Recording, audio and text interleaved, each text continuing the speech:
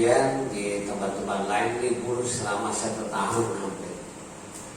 Ya, berlalu setahun. Tapi alhamdulillah, tabarakallah, kita berharap kita diberikan kesehatan, keafiatan, dan panjang umur, hajat-hajat kita kabul. Kemudian terakhir kita berharap husnul khatimah. Kalau melihat umur-umur yang sekarang ya para ustadz itu, saya dikirimin di Darussalam ya, saya lihat kalau ustadz siapa namanya yang kondang itu Zainuddin Amjid ya, nah itu 59 umurnya ya, 59. Kalau Ustadz Arifin Ilham itu 58 ya, 58. Kalau Ustadz Kunci itu 40. Nah, kalau yang Ustadz Syekh Ali Bajibair 48 tahun. Nah, begitu muda-muda, tua bapak-bapak ini kayaknya. Saya sekarang berumur 49 tahun.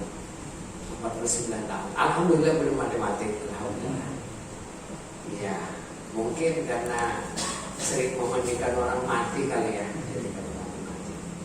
Kemarin ya saya tua memandikan. Jam 10 1, maghrib 1. Ya, sepuhnya Masjid Al-Muhayyam meninggal. Namanya Haji Ali dengan umur 82 tahun mau ke 83 tahun. 83 tahun cukup panjang umur. Nah, yang mudah-mudahan bapak-bapak yang dimuliakan Allah Subhanahu wa taala, kita mempasrahkan dirilah kepada Allah taala. Untuk kesehatan, keafiatan itu adalah milik Allah Subhanahu wa taala. Seberapapun obat, seberapapun dokter, kalau Allah memberikan sakit-sakit, kalau Allah memberikan mati, ya mati juga. Tapi kalau Allah memberikan kesehatan, kita berharap Allah menyembuhkan dari segala macam-macam penyakit. Nah, yang saya terbaca di sini, ya ada buku bagus juga ini. Beliau menukil dari kitab Tibbun Nabawi karangan Imam Ibnu Qayyim Az-Jauzi halaman 282. Fama min maradin min amradil qulub wal abdan. Fama min maradin, tidak ada satu penyakit min amradil qulub, dari penyakit hati, wal abdan, dan penyakit jasmania. Penyakit hati dan penyakit jasmania. Kita ini, maaf, sadar atau tidak sadar, kita banyak terlena dengan penyakit-penyakit badan. Hampir jarang kita memikirkan penyakit-penyakit hati, hampir jarang. Padahal penyakit-penyakit hati ini lebih utama yang kita sembuhkan dibanding dengan penyakit-penyakit badan. Tapi pada kenyataannya kita lebih memikirkan penyakit badan dibandingkan penyakit hati. Itu betul ini. Nah, dalam kitab sini disebutkan ma min maradin min amradil qulub wal abdan. Tiada ada satu penyakit dari penyakit hati atau penyakit jasmani illa wa fil Quran sabilud dalalah ala dawa'i wa sabilul hikmah.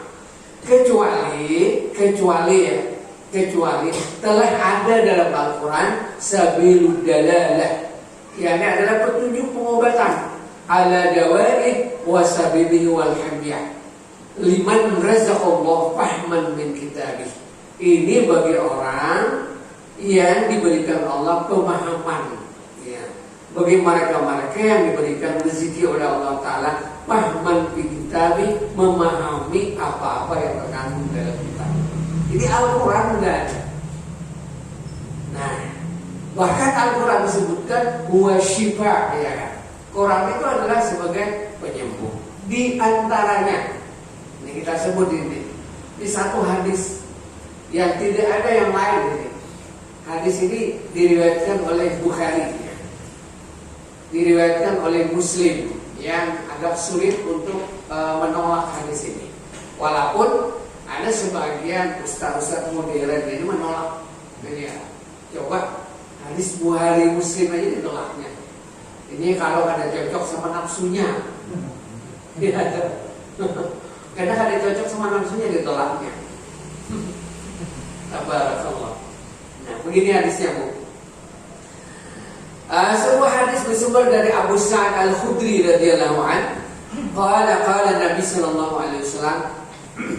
Nah, ada satu kisah panjang ini hadisnya, Pak. Mungkin saya baca kisahnya aja kali ya.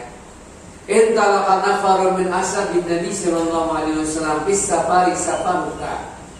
Ada intalaqa, pada suatu ada rombongan sahabat Nabi, sahabat-sahabat Nabi ini bisa safari safaruka, dalam bepergian hatta tazalu ala hayyin min ahyil Arab, sehingga sampai kepada satu perkampungan di dusun, ada perkampungan orang Arab.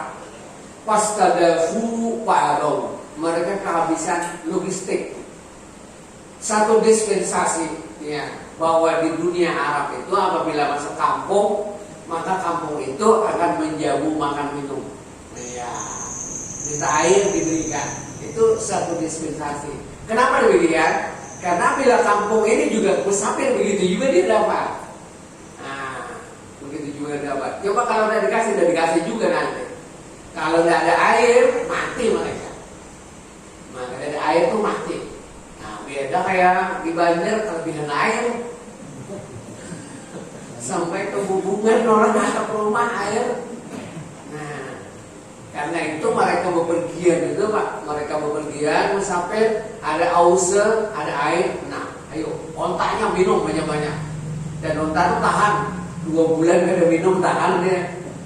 Untuk minum banyak-banyak, kemudian diambil, kemudian apalagi nih, baju dibasahi, kemudian selendang dibasahi, lalu dililitkan ke kepala, nah, supaya apa namanya basah kepala itu. Akhirnya jadi sorban, itu asalnya. Ya sampai dia kering, nah kepala ini kering, dicelup lagi ke air, dililitkan lagi ke kepala itu. Nah jadi gua putar lah sorban sekarang itu pada zaman dulu ya, makanya di Jogja tuh ada sorban.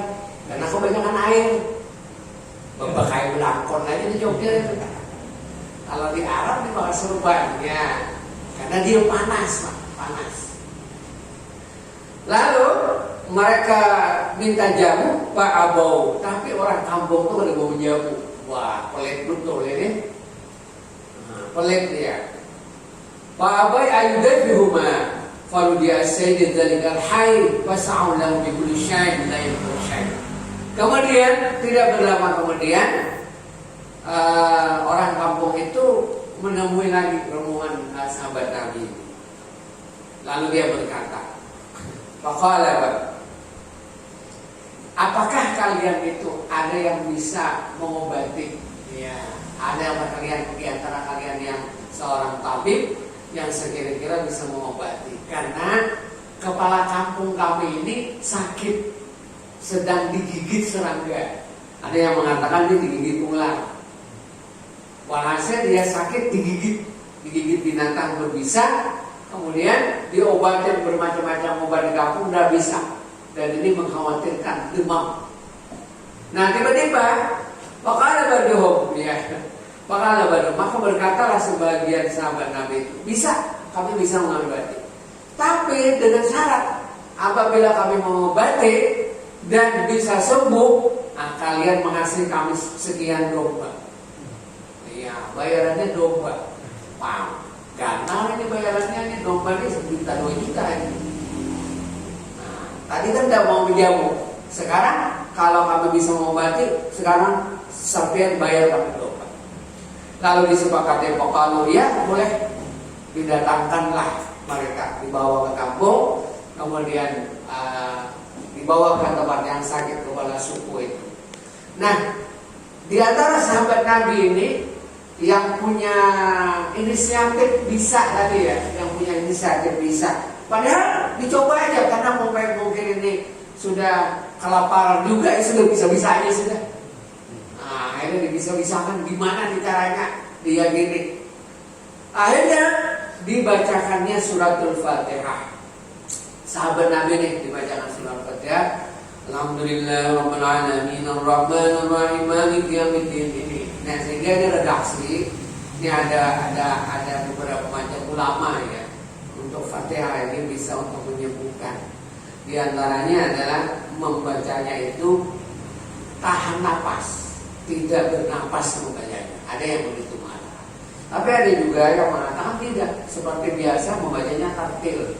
Bismillahirrahmanirrahim. Alhamdulillahirabbil alamin. Mengharap kesembuhan dari Allah Subhanahu wa taala dengan asbab membaca surat Al-Fatihah. Wa kana baina syita bin aqam. Fantalaqa bi syai' wa ma bi qalb. Qala fa'afu bi julan alladhi salihun alaih. Tiba-tiba yang demam kepala kampung ini dibacakan di mana tempatnya tadi yang digigit serangga itu dibacakan Fatihah, kemudian disembuhkan sedikit ya, menyembur dengan ada udara yang keluar. Langsung sembuh segar, bisa berjalan. Nah, salamu alaihi wa ghalabaduhum yaqtasamu. Kemudian diambillah apa domba itu. Karena orangnya ini banyak, ya sekitar 11 orang ya, sekitar 11 orang. Akhirnya dombanya ini pun juga diambil 11. Seorang satu dapat satu. Paksamu, kemudian mereka bagi. Faqala allazi raqi, makalah berkatalah kepada yang menyembuhkan tadi, rasa takut juga. La taf'alu, jangan dibagi dulu. Hatta tati Rasulullah sallallahu alaihi wasallam, sampai kita datang kepada Nabi, kita tanyakan, halal enggak domba ini? Yang hasil apa namanya deh? Hasil pengobatan tadi dengan membaca Fatihah. Faqaddimu ala Rasul sallallahu alaihi wasallam. Pada 10 hari kana panjenengan rumah yang mengundang, kemudian kami ceritakan kisah itu. Faqaddimu ala Rasulullah, kami dihadapan Nabi Muhammad sallallahu alaihi wasallam. Pada karul zalika, kami sebutkan kisah itu, kami bagi. Faqala ma yudrika anna rukbah, maka Nabi Muhammad bersabda, wa ma yudrika anna rukbah. Siapa yang memberitahu kalian bahwa suratul Fatihah itu adalah ruqyah? Ruqyah ini apa artinya? Orang ruqyah ya? Nah, pengobatan. Siapa yang memberitahu kalian bahwa Fatihah itu adalah ruqyah? Summa qala qad asbahtum atasmu wasribu li ma'akum sahman. Kemudian Nabi sallallahu alaihi wasallam bersabda, qad asbahtum, kalian sudah bagi kan? Eksamu wasribu, bagian saja domba itu. Wadribu, dan mana bagian kau kepada aku? Nabi meminta, tapi dombanya 11 habis sudah dibagi. Wadribu lima akum saman. Nah, aku juga dapat bagian dah. Oh, ini sama tidak ada yang rasa habis sudah. Nah, ini menunjukkan boleh apa namanya menerima upah ya kepada orang mengobatan, dokter misalnya. Biar misalnya memanggil dokter, kada diupah kira-kira datang dan dokter. Ada datang, nah upahnya berapa? Lumayan nggak gitu? 300.000, 400.000. Nah sekali datang dokter, sekali datang perawat itu 150 makanya buka perban, masang lagi 150, 100.000 itu. Nah kalau Pak Ustadz mencoba itu, rasanya Pak Ustadz ya Allah, alhamdulillah. Nah ini menjadi sebuah dalil ya Pak ya, bagi mereka yang baik juga dibacakan surat Al-Fatihah, nah, sembuh. Ini apa namanya, orang lalu yang sekarang ini zaman modern ini bid'ah, ya kiai-kiai itu bid'ah katanya. Ya. Nah ini hadis Bukhari bisa ditolak juga karena kan ada cocok sama nafsunya. Nah jadi bapak-bapak bisa diambil faedah kalimat hadis ini bisa benar. Kalau misalnya ada orang sakit, di mana sakit ya? Di mana sakit? Misalnya di sini di mana? Ya ditiupkan Fatihah. Didoakan mudah-mudahan sembuh sambil dikasih obat dokter juga. Nah, misal misalnya bacakan Fatihah, nanti besok ke puskesmas ya Insya Allah dibelah dengan si macam itu. Misalnya dikasih obat dibuangin, sembuh dan dia sembuh. Minum obat juga. Artinya dua-duanya Pak, memohonlah kepada Allah Ta'ala, diobatin juga secara ilmiah. Kadang-kadang sementara obatannya berdoa aja kemudian sembuh. Karena mau sembuh juga, ya harus dua-duanya. Ya dua-duanya secara ilmiah ya juga, berdoa juga kepada Allah Ta'ala. Nah pada zaman Nabi memang pengobatan itu sangat relatif sekali, sangat relatif. Nah, paling yang luka itu dikasih namanya dengan haina, dikasih haina, ditapali dengan haina. Tidak ada zaman sekarang kan dijahit, tidak ada.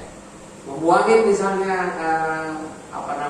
sakit, darah beku dengan apa ya? Dibekam ya kan? Itu pada zaman Nabi dibekam. Kalau sekarang patah tulang, pengobatan dengan Nabi dibekam, bisa nggak yang dibekam patah tulang? Oh ini pengobatan dengan Nabi Pak. Kalau itu bid'ah, nah itu bid'ah. Ya zaman modern ini berbeda. Caranya pun juga berbeda sesuai dengan pengetahuan yang ada. Misalnya patah tulang, udah boleh bawa ke rumah sakit, bekam aja. Ini pengobatan Nabi. Wah seperti itu. Coba aja bekam sampai patah tulang, apakah langsung sembuh? Dipen ke rumah sakit, nggak boleh itu bid'ah itu, nggak ada pada zaman Nabi. Nah misalnya begitu, nggak bisa, karena sesuai dengan perkembangan zaman, nggak bisa. Nah bapak-bapak yang dimuliakan Allah Subhanahu Wa Taala, kayak corona begini, nah, kayak pengobatan, sesuai pengobatan Nabi, dia apa? Dibekam, bekam aja darahnya itu kan corona lagi ya. Bagaimana cara obatnya? Cari yang ahli. Siapa dokter-dokter yang ahli? Cuma tetap kita pakai bahwasanya membaca surat Fatihah. Penyembuhan kan semuanya dari Allah Subhanahu Wa Taala. Tapi tetap aja kita berubah. Kalau batuk apa obatnya kira-kira secara ilmiah. Cuma tidak semata-mata ya mengandalkan pengobatan dokter. Itu aja. Tetap kita hakikatnya yang menyembuhkan Allah Subhanahu Wa Taala. Ketika obat masuk ke dalam mulut, kemudian dicerna, diurai sama darah, ketika itulah Allah menyembuhkan. Itu maksudnya. Bukan yang menyembuhkan itu adalah obat. Paham ya? Ini bisa akidahnya begitu. Bukan yang menyembuhkan ini adalah dokter. Dokter ini adalah wasilah yang didatangkan Tuhan untuk menyembuhkan kita. Zaman Nabi misalnya, seorang sahabat yang kena panah di mata, kemudian dicabut Pak, panahnya dicabut, ya matanya kan tak keluar juga. Nah, adakah operasi mata kayak di semek kayak di Balikpapan baru zaman Nabi? Mana ada? Nggak ada, laboratorium nggak ada, pengobatan nggak ada. Lalu Qatada ini membawa matanya teman dua tangan begini.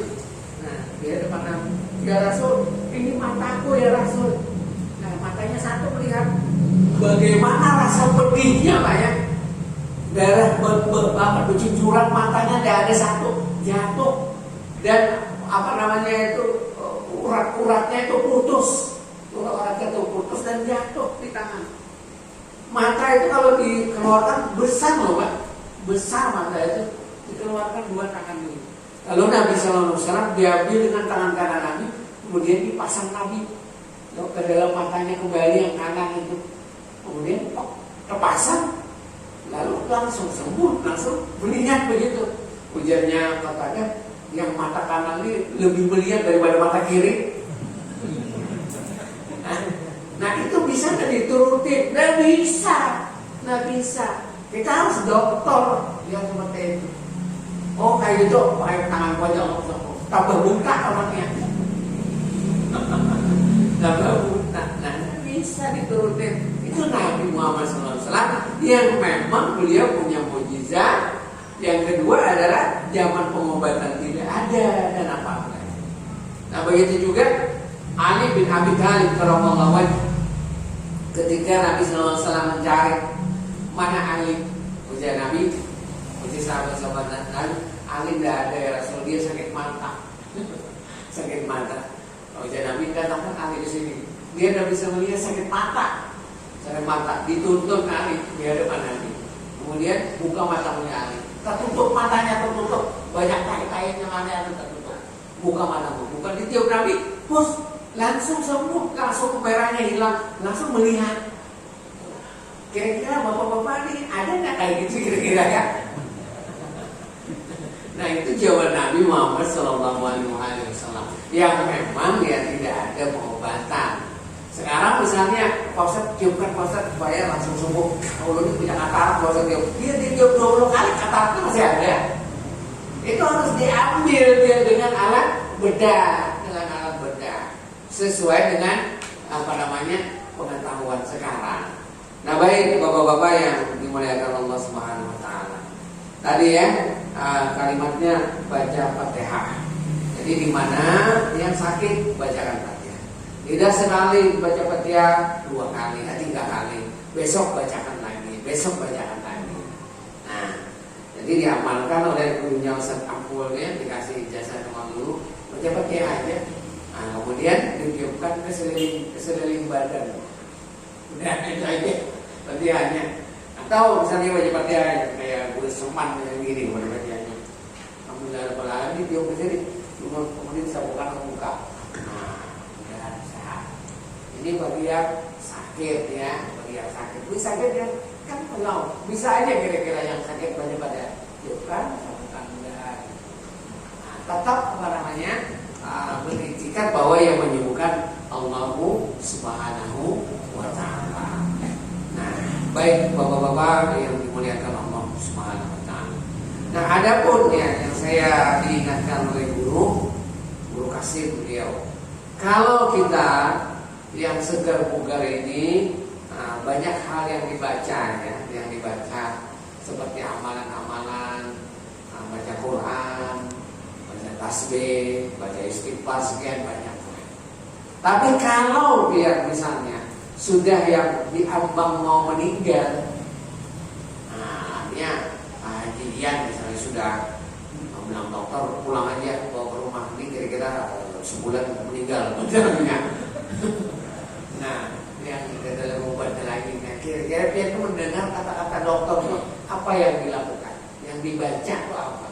Jadi guru kasih dulu kalau sudah mau meninggal itu yang dibaca itu banyak-banyak la ilaha, itu aja dibaca. Yang lain tidak. Salawat istighfar lain-lain tidak. Yang banyak la ilaha. Kira-kira ini kan bakalan Muhammadiyah juga dia. Itu kalau sudah mau meninggal. Misalnya ada di ISO, cuma masih melihat lah apa namanya, ini siapa nih? Oh Udin, ini Udin datang lah. Nah anak-anaknya Ulia sudah itu banyak la ilaha itu dibanyakin. Tapi kalau kita yang segar bukan ini, boleh yang kita baca lah. Kayak Al-Quran ya tetap aja dibaca, Al-Quran dibaca. Nah, para hadirin jamaah yang dimuliakan Allah Subhanahu Wa Taala ya, itu kisah fadilah daripada Fatihah. Nah, kemudian saya pribadi diberikan ijazah sama guru untuk membaca Fatihah itu 40 kali. Dan saya ijazahkan membaca Fatihah 40 kali. Boleh dibaca, yang lebih afdal itu membacanya ketika sahur jam 4, jam 3, 40 kali. Lalu ulun keberatan, ya waktu itu keberatan. Guru, kalau dibaca sahur, ulun kadang-kadang bangun, kadang-kadang enggak. Nyamannya anak muda namanya. Banyak ada bangunnya. Dibanding bangun tuh banyak ada bangunnya. Bangun juga, cuma terguling pulang. Kalau bapak-bapak yang sudah tua nih, kalau jam 2, jam 3, jam 4 tuh terbangun dan bisa guling lagi biasanya.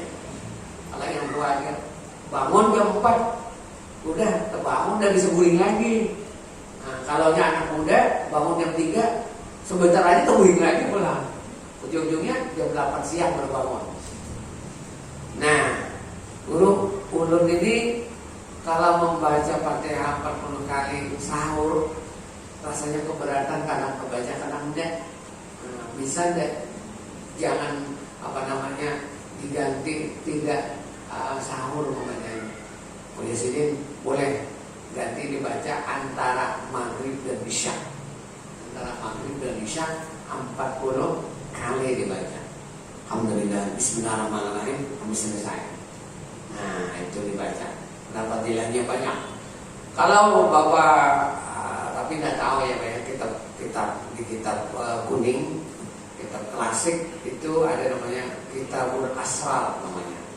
Asrar, Kitabul Asrar, kitab rahasia-rahasia. Nah, termasuk rahasia Fatihah itu banyak sekali Fatihah-Fatihah. Sangat banyak sekali. Macam-macam ya, macam-macam. Jadi Fatihah itu karena Al-Quran ya, Al-Quran itu satu biji itu 30 juz. Terhimpun Al-Quran itu dalam surat Al-Fatihah. Namanya disebut dengan Ummul Kitab. Ya, Ummul Kitab. Ummul Kitab itu adalah Ummul Fatihah, disebut dengan Ummul Kitab. Makanya Fatihah. Nah, semua Al-Quran itu terhimpun dalam surat Fatihah. Itu hebatnya. Kalau Ummul Qura itu Mekah, Pak. Itu Mekah. Kalau Ummul Kitab itu Fatihah. Kalau Ummul Qura itu namanya kampung. Nah, kampung, kota-kota di dunia ini, ibunya kota itu Mekah namanya. Ummul Qura. Nah, kemudian kitab Al-Quran, jadi Ummul Kitab itu adalah Fatihah. Kalau tidak membaca Fatihah, maka batal sembahyangnya. Itu. Bapak-bapak kan baca Fatihah ya, sembahyang ya, baca Fatihah. Imam baca Fatihah, sembahyang. Nah, para hadirin, di sini sudah terbiasa baca Fatihah dengan membaca Bismillah, sehingga Imam Syafi'i rahimahullah taala Bismillah itu bagian daripada Fatihah, satu ayat. Nah, ini di Indonesia, Malaysia, Brunei, Yaman, ya Yaman itu satu. Kecuali mungkin Pakistan, ya Pakistan sebagian juga itu langsung Alhamdulillah. Nah, Fatihah itu ayat pertama Alhamdulillah. Cuman membaginya ghairil maghdubi alaihim. Nah, itu ayat 6. Siratal ladzina an'amta alaihim ayat 6. Ghairil maghdubi alaihim waladdallin ayat 7. Itu. Tetap 7 ayat. Tetapi tetap sebelum membaca Fatihah mereka membaca Bismillahirrahmanirrahim, baru membaca Fatihah. Nah, baik Bapak-bapak, kemudian dalam surat Al-Fatihah 7 ayat tadi, maka terhimpunlah ke Fatihah itu di dalam Bismillahirrahmanirrahim. Terhimpun di dalam Bismillahirrahmanirrahim. Setiap pekerjaan kalau tidak diawali dengan Bismillah, bahwa apa itu adalah terputus, artinya tidak berkah. Ya, misalnya mau pakai sandal, Bismillah. Atau mau mulai pekerjaan lah, Bismillah. Mau ke bersepeda kah, bersepeda motor kah, Bismillah. Mau motong ayam apa pakai apa? Bismillah juga ya. Nah, Bismillah. Nah, berkah. Kalau kita mau makan, Bismillah juga. Tapi kalau kelaparan keringatannya mau Bismillah. Motong sapi nih Pak Samsudin ya, Bismillah motong sapi. Kalau berhubungan sama emaknya Pak, kan ingat lagi Bismillah. Kan ingat lagi membaca-baca tuh kan ini. Maka disuruh membaca Bismillah, Allahumma jannibna syaitan ya, kan ingat lagi. Idza qamal zakar amyan basar. Apabila naik itu zakat, berikan lagi buka mata.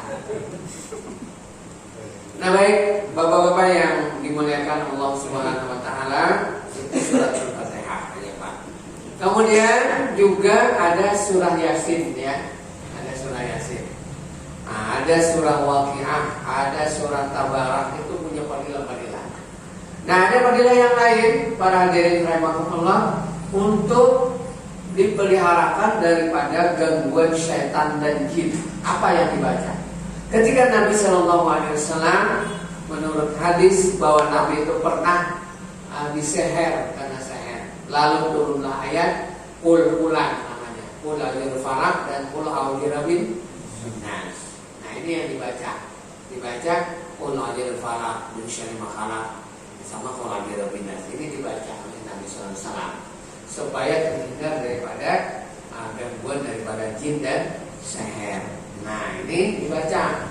Kalau misalnya kita menemukan orang kesurupan itu, nah ini dibaca sampai diurut-urutin itu sampai dibaca Qul A'udzu Birabbin Nas atau Qul A'udzu Birabbin Falaq. Boleh kita menambah Qul Huwallahu Ahad, Allahus Samad, lam yalid wa lam yulad wa lam yakul lahu Qul A'udzu Falaq, Qul A'udzu Birabbin Nas. Namanya disebut dengan Fatihah 4 ya. Qul-qulan tadi mah Qul-qulan Fatihah 4. Nah itu dibaca. Boleh kita baca sebelum tidur, boleh. Supaya kita selamat daripada seher. Karena seher santet itu biasanya datang malam. Malam dia datang. Nah, kalau orang membaca itu dia selamat. Kalau ditambah apa tambahannya? Ayat kursi. Allahu la ilaha illa huwal hayyul qayyum la ta'khudhuhu sinatun wa la nawm lahu ma fis samawati wa ma fil ardi man alladhi yashfa'u 'indahu illa bi idhnihi ya'lamu ma bayna aydihim ma khalfahum wa la yuhituna bi shay'in min ilmihi illa bima sha'a wasi'a kursiyyuhu as-samawati wal arda wa la ya'uduhu hifdhuhuma wa huwal 'aliyyul 'azim. Nah, bacaan-bacaan yang tadi ya Fatihah, Qul Huwallahu, Qul Falaq, Qul A'udzu Birabbin Nas, ayat kursi, mau ditambah lagi amanah Rasul. Ini patut dibaca, faedah sekali dibaca kalau kita mendatangi kepada orang yang mau meninggal. Ini orang yang mau meninggal ya. Apa yang kita baca? Itu paling tidak dibaca. Kalau bisa membaca surah Al-Baqarah, Yasin, atau bacain aja. Loh kenapa jadi dibaca ini? Supaya yang mau meninggal ini tidak diganggu oleh jin, tidak diganggu oleh syaitan. Itu intinya. Apabila dibaca-bacain, syaitan menjauh, iblis menjauh. Apabila tidak ada bacaan, ya sama sekali bacaan. Bahkan orang mau baca Yasin kedusah. Nah, ini orangnya mau meninggal ini. Lalu ibu-ibu datang mau baca Yasin, dia boleh bilang, ayo keluaran. Maka disuruh supaya karena ada syaitannya, disuruh orang berjauhan sebanyak sama syaitannya datang. Nah, ya karena ibadah Yasin tadi mah, akhirnya disuruh orang lain nggak boleh baca Yasin, nggak boleh bilang. Nah, mesti patut dibaca Yasin ke, Qul Huwallahu, Qul Birabbin Nas, ayat kursi. Untuk apa ini? Untuk apa? Supaya dia membantu kepada yang mau meninggal ini jangan didatangi oleh iblis setan itu.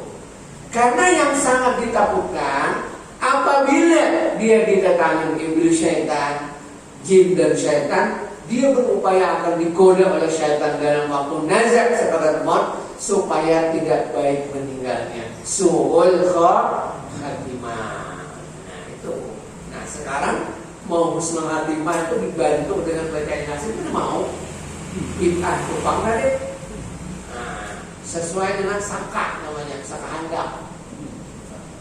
Nah, ada ini hikmah terjadi ini. Nah, akhirnya ibu-ibu pulangan biarin aja, nggak usah dibacakan Yasin, nggak usah dibaca Qul Falaq, sesarannya aja mau baca apa, misalnya atau mau dangdut silakan. Nah, padahal ini membantu apa nih? Supaya jangan ada iblis setan yang di situ. Kalau dia iblis setan yang di situ ada, berbahaya ini. Berbahaya sekali. Supaya Rasul Fatimah. Makanya para hadirin rahimakumullah, ini menurut guru-guru kami, jangan bersahabat sama jin. Jangan bersahabat sama jin. Hebatnya apapun enggak usah bersahabat sama jin. Lo kenapa guru? Kenapa guru? Karena di sini kalau ada sahabat jin, ketika engkau meninggal, dia datang dan mengganggu, dan sangat mengganggu, dikhawatirkan nanti suul khatimah. Nah ini berbahaya, sangat berbahaya. Kita ini terakhirnya apa? ujian terakhir itu adalah ketika meninggal itu apa? Husnul khatimah, rasul khatimah. Apabila husnul khatimah, mati beriman, alhamdulillah. Apalagi bisa mengucapkan kalimat la ilaha illallah. Apalagi kira-kira ya, kita berpikir kira-kira kawan yang mengucapkan itu ya. Wallahu a'lam. Ya, makanya dibimbing. Ada yang membimbing anaknya kah? Ini bapak semua meninggal. Ayo dibantu la ilaha illallah. Nanti sedikit bergeliat-geliat. Apakah diucapkan sedikit? Ayo bantu lagi la ilaha illallah. Itu aja diulang-ulang. Jangan nanti sedikit nak meninggal, Pak, nanti kunci rumah itu si bapak ditaruh di mana? Kuitansi rumah sertifikat mana? Nomor rekening banknya berapa? ATM berapa ya? Itu. Ini bacakan la ilaha illallah. Itu penting banget, penting sekali. Jangan main-main. Ini sangat bantu. Ya guru bantu dia. Bantu kayak baca membantunya. Kita membaca di ruqyah namanya, cuma dengan ruqyah. Nah kalau ruqyah percaya dia. Tapi kalau Yasin tidak percaya. Padahal sama aja juga ayat Quran juga dibaca. Yasin ayat Quran juga, Fatihah ayat Quran juga, Qul Falaq ayat Quran, Qul Jalbinas ayat Quran juga. Cuma sudah kadang tujuh sama Yasin. Nah, lalu ayat bid'ah sama bid'ah yang lain-lain bid'ah. Nah, bapak-bapak yang dimuliakan Allah Subhanahu wa taala. Nah, kemudian sudah saya sampaikan lagi, ada lagi yang punya fadilah, di antaranya adalah suratul kahfi ya. Nah, bagi mereka yang membaca suratul kahfi ini sudah terbiasa, alhamdulillah. Kami punya guru ya, tapi saya tidak pernah menemukan guru daripada bapak. Nah, saya punya guru, guru itu namanya Habib Haji Abu Hurairah. Abu Hurairah itu berguru samanya bapak sini, namanya Muhammad Aini namanya. Guru Muhammad Aini. Muhammad Aini ini guru lagi sama Yusuf bin Dragiri di Makkah. Guru Quran. Jadi 16 tahun di Makkah itu belajar Quran, hafal Quran. Hafal Al-Quran. Umurnya 16 tahun, hafal Al-Quran. Makharijul hurufnya itu luar biasa. Pulang baca. Jadi guru Al-Quran. Nah, beliau itu mengajar Quran lama. Termasuk yang diajarkan dia murid beliau, guru sepupu itu murid guru Muhammad Aini. Guru Muhammad Aini. Beliau itu menghatamkan Quran Jumat. Setiap asar Jumat hatam. Jadi seminggu sekali hatam. Kalau seminggu sekali itu berarti 5 juz sehari ya. 5 juz ya. 6 hari berarti satu hatam. Ya sekitar 4 juz lah sehari. Sehari 4 juz. Sanggup deh kira-kira ya, Anda sanggup gak? Saya tidak sanggup. 4 juz sehari berat. Waktu di pesantren sanggup. Sekarang udah sanggup. Sejuz saja sehari jurudut. Iya. Sejuz 4 juz satu hari. Karena beliau hafal Al-Qurannya sambil duduk gitu baca Quran. Jadi mulut tuh terus kayak sejalani ya. Guru jalani kan. Udah duduk sini Abu Yana kayak tahun mulut itu baca Quran tuh. Nanti duduk di manakah sini nggak baca Quran ya, makanya jangan terlalu banyak diomongin. Kalau sejalannya ada di samping biar sini baca Quran, kecuali amat perlu bertanya. Nah, baca Quran karena mengulangi ya, mengulangi. Nah, Guru Muhammad Aini ini setiap Jumat hatam, jadi mengajar Quran tuh kalau pakai Quran lagi, bapak aja, bapak. Nah kemudian yang unik ini yang mengisahkan anaknya, namanya Zainuddin, almarhum Zainuddin. Itu bapak angkat guru Quran, ya, guru Quran. Ujiannya guru Zainuddin ini dia sudah waktu nazak ya, waktu sudah jadi meninggal koma. Ini abah ini sudah meninggal dulu, bilangnya Muhammad Zainuddin ini belum, apa ini belum meninggal. Ya, ditanya kenapa dia tidak tahu apa belum meninggal. Pokoknya belum meninggal, di sini belum meninggal. Nah, walaupun kelihatan napasnya tidak ada, dengan heranya belum meninggal. Lalu sini bisikin di telinga nih, Abah, dia ini masih membaca Quran kan, berduduk sini. Waktu garing dan sakit luar biasa itu Pak, tetap membaca.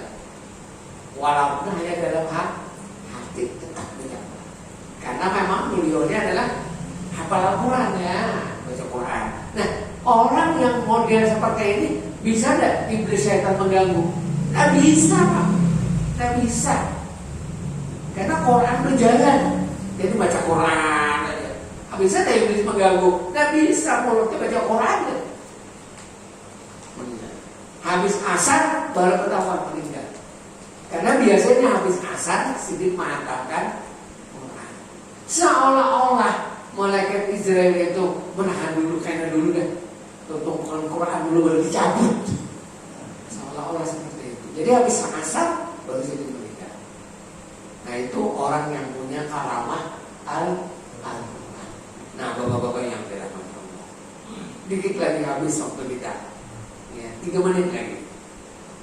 Ada seorang teman yang bercerita di Jakarta, namanya seminar, yang mengisi namanya Pak Permadi namanya, orang PDIP.